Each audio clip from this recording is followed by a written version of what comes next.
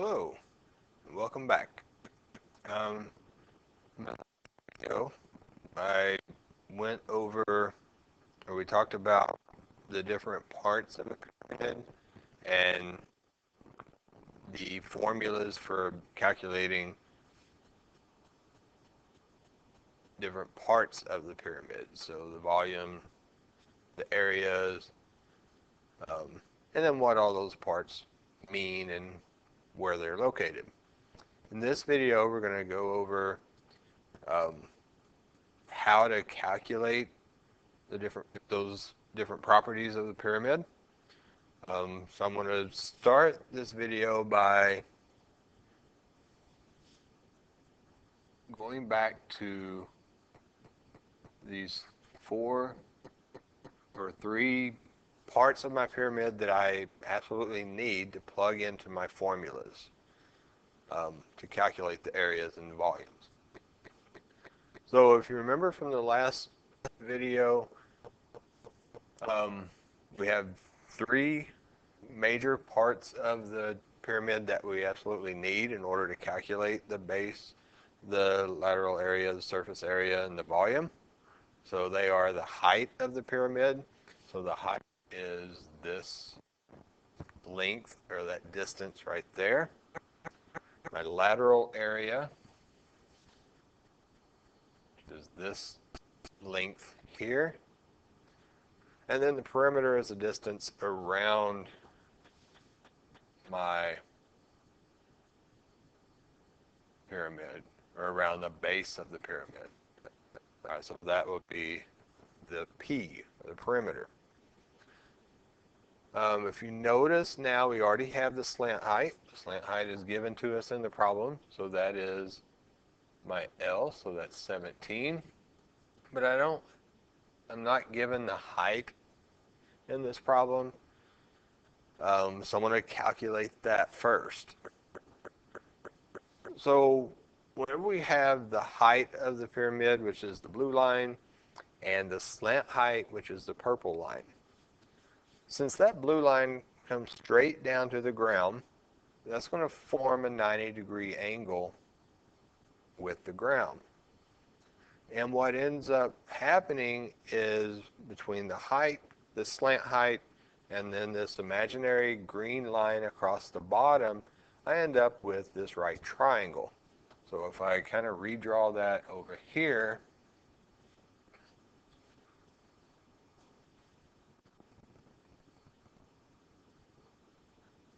this is what I'm looking at in,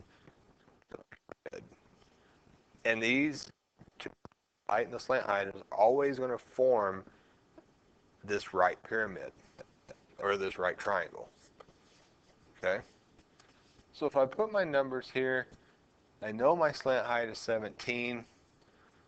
I'm not given the height of the pyramid or the blue line. I'm not specifically given that green line or that green distance across the bottom. But that green distance is halfway across the pyramid. So if I know the base is 16 units wide, then that green line is always going to be half of the width of the base. So if my base in this case is 16, that bottom side of my triangle is 8. And I'm trying to find H, because I need the height in order to use my formulas. Well, what does this figure remind us of? Well, it's a right triangle. I know two sides, and I'm trying to find the third side. So that means I can use my old trusty Pythagorean theorem. A squared plus b squared equals c squared, to get that missing piece that I need to fill in here for H.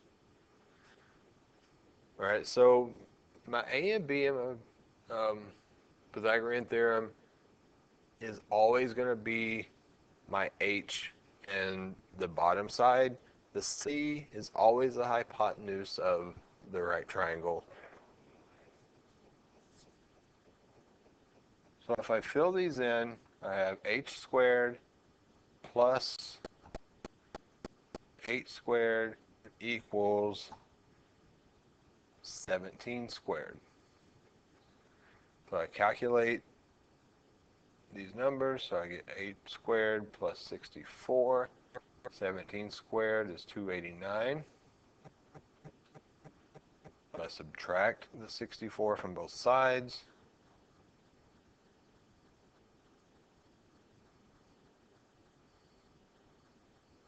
So that cancels here. And I get h squared is equal to 225. Square root of both sides. And that cancels out my square. So I get h is equal to 15. So now I know my h right up here is the blue line, so that's going to be 15. So what I'm still missing is the perimeter of the base. So if you remember from the last video, the perimeter is simply, since this has a square base, all 4 sides of the base are 16. So the perimeter is, we can either add those 4 16s together, or we can do 4 times 16.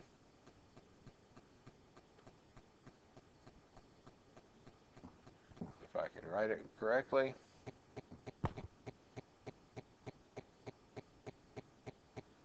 And we get 64 for the perimeter. Okay? So that's all of the important pieces of information that we really need to plug into our formulas. So our first formula is the big B. That's the base area. So the base area formula is taking the side of the base, so one side of the base squared. So this pyramid, we have a base of size 16, so it's going to be 16 squared. All right, when I calculate 16 squared,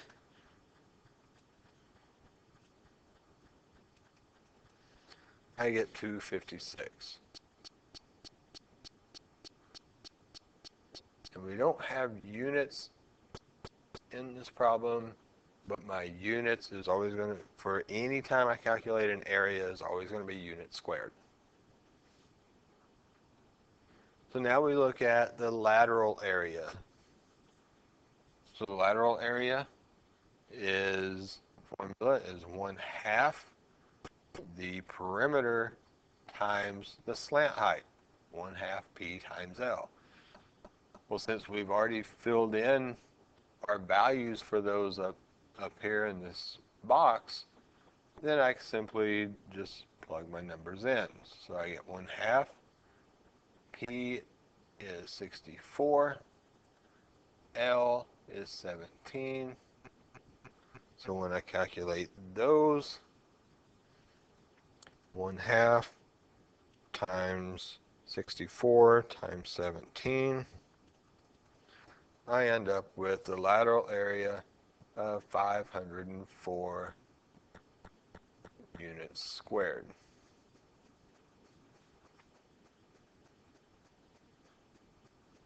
Okay? The surface area, I think, is the easy one, especially if we've already calculated the base area and the lateral area. Surface area is simply the lateral area plus the base area. So in this case, my LA, my lateral area, is 544 square units. My base area is 256 square units. So I get a surface area, if I add these two together, of 800 units squared.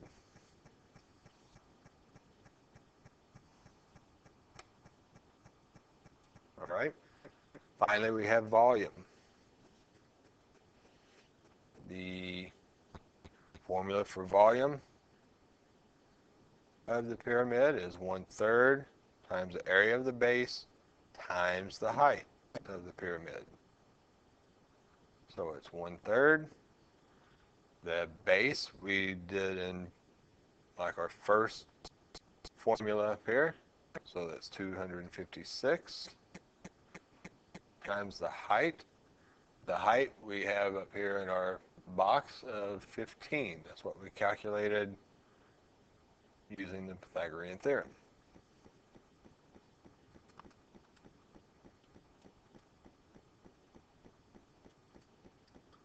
So if we calculate these, we end up with a volume of 1,280 units. Now this is volume, so volume is always three-dimensional. So we end up with units cubed. So there's all four formulas calculated. All right. Very good. So we're done with this problem.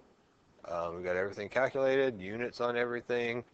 Hopefully that made sense. I'm going to have one more example to show you in the next video. So if you want to see one more example, it will be just a little bit different than this problem. You can click on the next video and see one more example. Thank you very much. Enjoy your day.